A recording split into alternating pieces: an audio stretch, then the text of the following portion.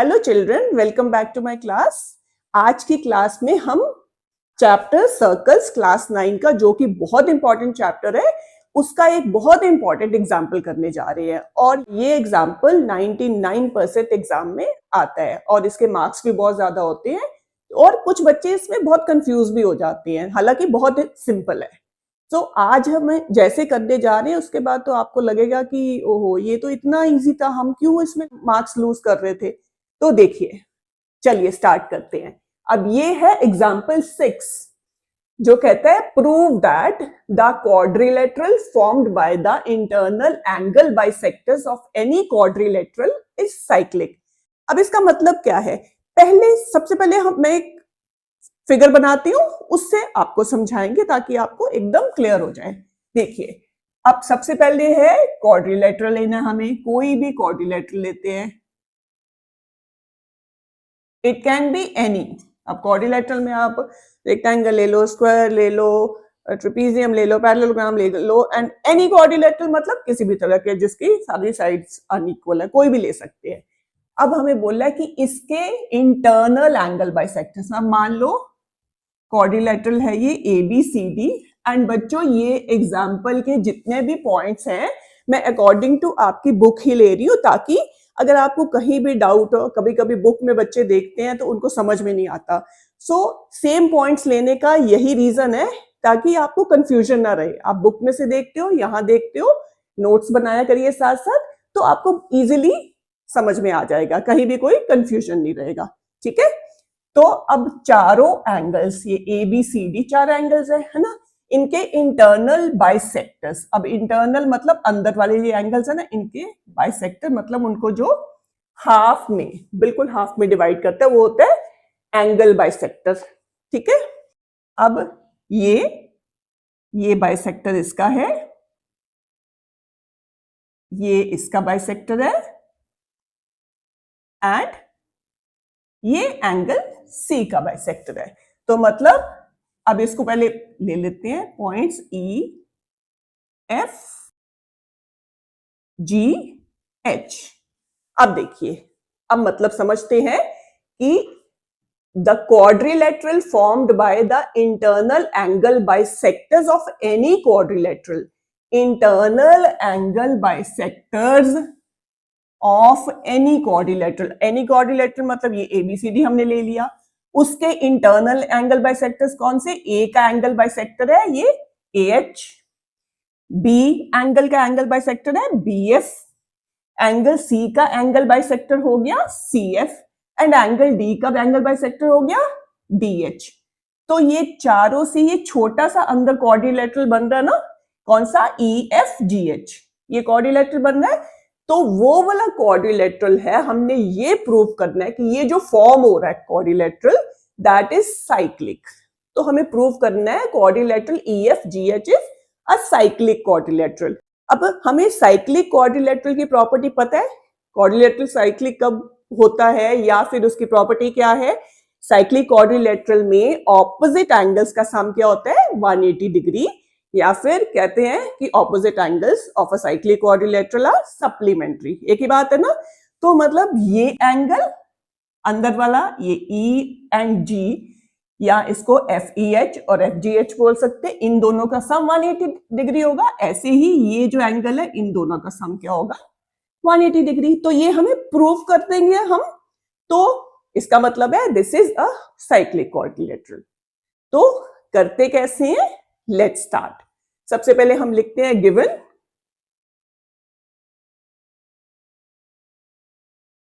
Given क्या है? अ quadrilateral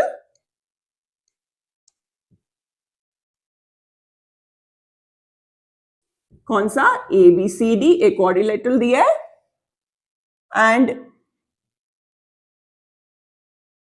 AH। अब मैं एक साथ बजाय इसके कि ये लिखूं AH is angle bisector of angle A, and BF is bisector of angle B, CF is bisector of angle C, and DH is bisector of angle D, उसके बजाय मैं क्या सीधा लिख रही हूं? AH। एक के साथ लिख देते हैं, BF CF and DH are bisectors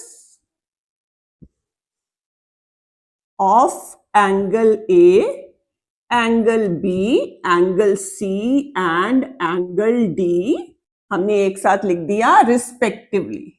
respectively का मतलब तो आपको पता है ना, मतलब जो फर्स्ट है वो एंगल बी का बाइसेक्टर है, second one first angle A का बाइसेक्टर है, सेकेंड एंगल बी का बाइसेक्टर है, थर्ड वन एंगल सी का बाइसेक्टर है और डीएच जो लास्ट वन है वो एंगल डी का बाइसेक्टर है। ठीक है, ये तो हो गया हमारा गिवन। अब हमें प्रूव क्या करना है? To prove E F G H is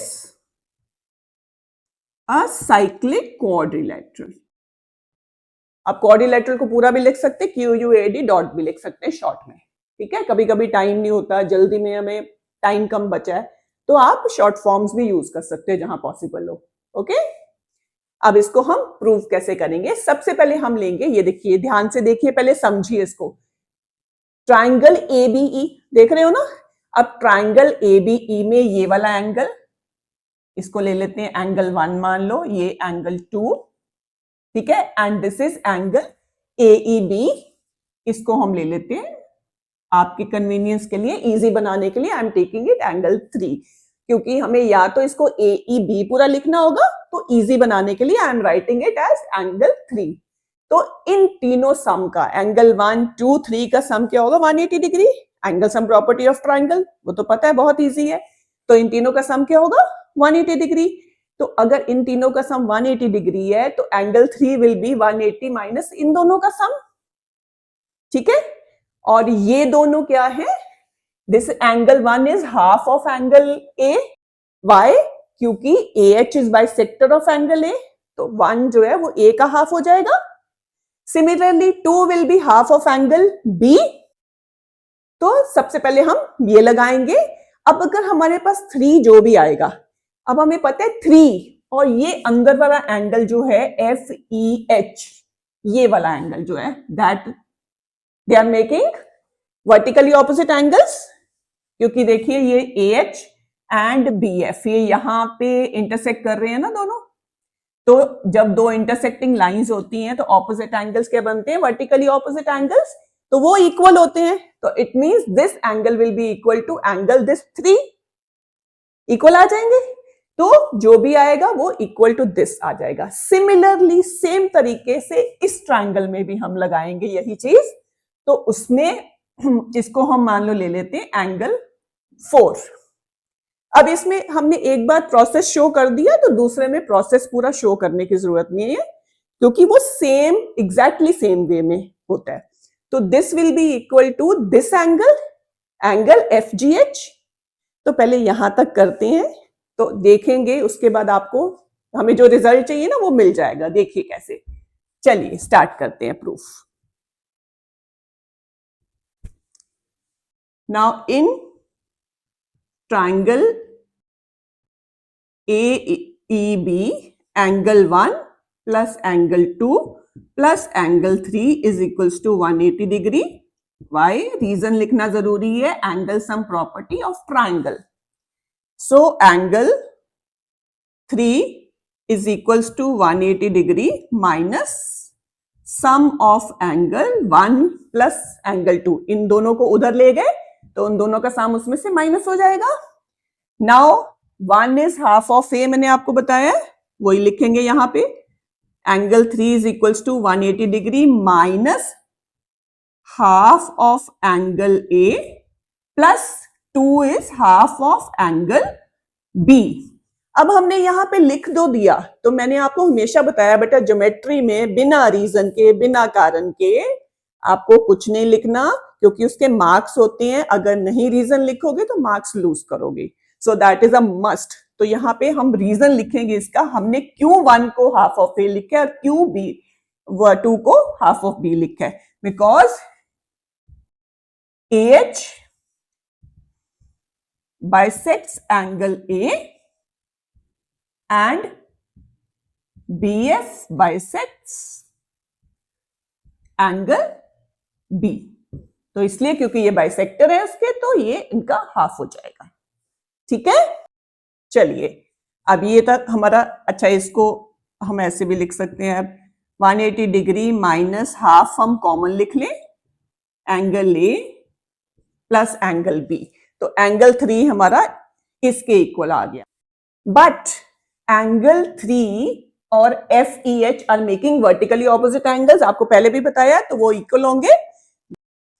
so angle F E H is equals to, यहां लिख देते but is equals to angle 3, reason is vertically opposite angles बन रहे हैं वो, सो वो इक्वल टू 3 है, therefore F E H angle that will be equal to, जो 3 की वैल्यू आई है 180 degree minus half of angle A plus angle B. ठीक है, तो एफ ई एच हमारा वो आ गया जो 3 था। अब इसको ले लेते हैं हम इक्वेशन 1। ठीक है, ये तो हमने अच्छे से प्रूव कर दिया। अब मैंने आपको पहले बताया कि 4 भी सिमिलर वे में, एग्जैक्टली सेम वे में करना है, बट हमें उसको दोबारा शो करने की जरूरत नहीं है, तो इसलिए हम क्या लिख देंगे, similarly,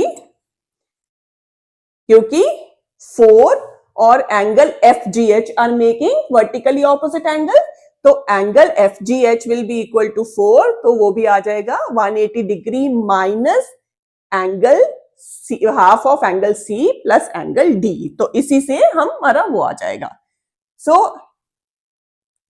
angle F G H is equals to 180 degree minus half of angle C plus angle D, और इसको हम ले लेते हैं इक्वेशन 2।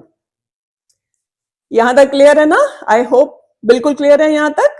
देखो कितना इजी तरीके से विद आपको रीजन सब कुछ बताया है। ठीक है, तो अब इसके बाद हमें क्या करना है, अब हमें ये दोनों एंगल्स तो पता चल गए, ये वाले ये और ये वाला एंगल। ठीक है, अब हमें देखना है कि क्या इन दोनों का सम 180 डिग्री आता है। अगर सम 180 डिग्री आ गया तो ये साइक्लिक क्वाड्रिलेटरल प्रूव हो जाएगी। ठीक है, क्योंकि अगर दो एंगल्स का सम 180 डिग्री है तो बाकी दोनों भी 180 डिग्री ही होगा उनका सम, क्योंकि sum of angles of a quadrilateral is 360 degree, तो ऑटोमेटिकली बाकी दो का सम भी क्या होगा, 180 डिग्री, तो ये साइक्लिक क्वाड्रिलेटरल बन जाएगा। चलिए अब इनको ऐड करके देखते हैं। एडिंग 1 एंड 2, दोनों को ऐड करते हैं तो आ जाएगा एंगल एफ ई एच, और इसके लेफ्ट साइड में क्या है, plus angle F G H, और राइट साइड्स भी ऐड हो जाएंगी, is equals to 180 degree minus half of angle A plus angle B plus 180 degree, इसका right side minus half of angle C plus angle D. ठीक है, अब 180 एक साथ इधर कर लेते हैं, is equals to 180 plus 180 degree minus, इन दोनों में से हाफ हम कॉमन लिख लेते हैं क्योंकि दोनों में हाफ हाफ है, और बाकी जो अंदर है a plus B plus C plus D एक साथ आ जाएंगे, angle A plus angle B plus angle C plus angle D. अब this is 180 plus 180 360 degree minus half of, अब देखिए angle A plus angle B plus angle C plus angle D क्या होगा, 360 degree, because angle sum property of quadrilateral का कहती है कि quadrilateral के सारे एंगल्स का सम क्या होता है, चारों एंगल्स का सम 360 डिग्री। तो हम इन सबके सम की जगह लिख सकते हैं 360 डिग्री, सो इनटू 360 डिग्री, ये कैंसिल हो जाएगा, 180 डिग्री आ जाएगा। अब 360 माइनस 180 विल बी 180 डिग्री। अब देखिए यही था ना, ये क्या है, आ गया हमारे पास angle F E H plus angle F G H, दोनों का सम आ गया 180 डिग्री।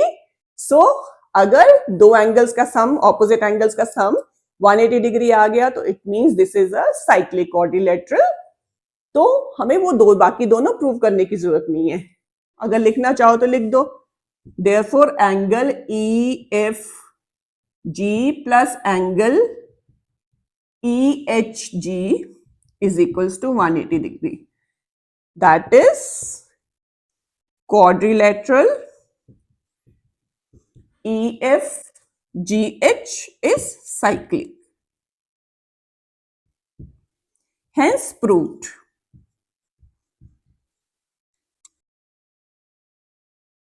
तो यहां पे हमारा प्रूफ खत्म हो गया।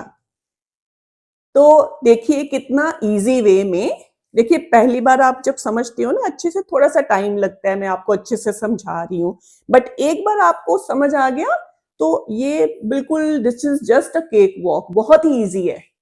और एक बार इसको बेटा अपने आप प्रैक्टिस कर लो, ओके? तो सारे डाउट्स आपके क्लियर हो जाएंगे। सो आई होप आपने अच्छे से समझ लिए, and if you have any doubt do right in comment section, I will answer your questions. This is all for today's class, and if you like my video, do like, subscribe and share with your family and friends. Thank you, bachcho.